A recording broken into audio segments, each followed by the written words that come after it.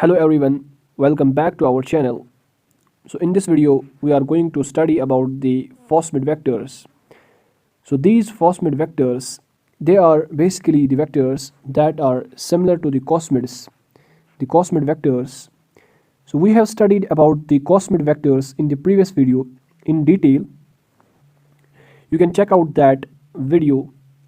They are similar to Cosmid vectors and they are having the F plasmid.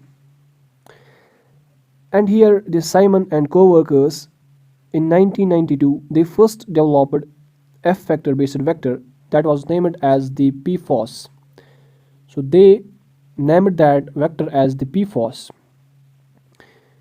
These Fosmid vectors they contain the origin of replication from the F plasmid and they contain the lambda cos site, and the insert is here about 40 kb in size.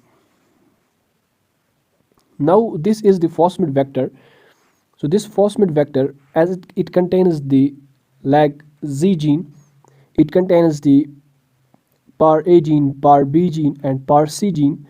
So these genes are important to maintain the copy number in the vector, and it has the cos site also present. So this is the Fosmid vector.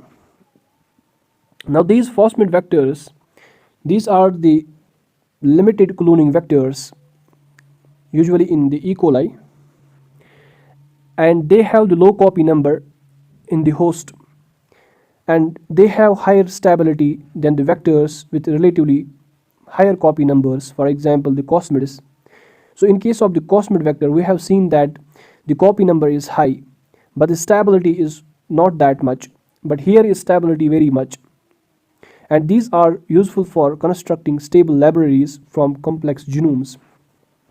And these Fosmids they have high structural stability, so their stability is also very high, and they have been found to maintain human DNA effectively even after 100 generations of bacterial growth.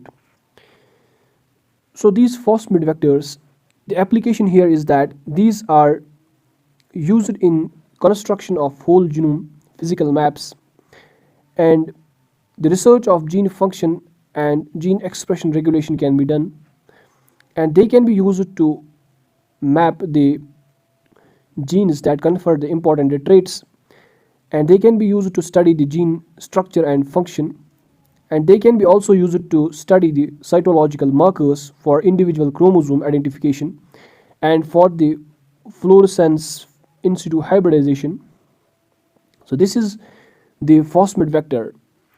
So this was all about the Fosmid vectors. Hope you have enjoyed the video.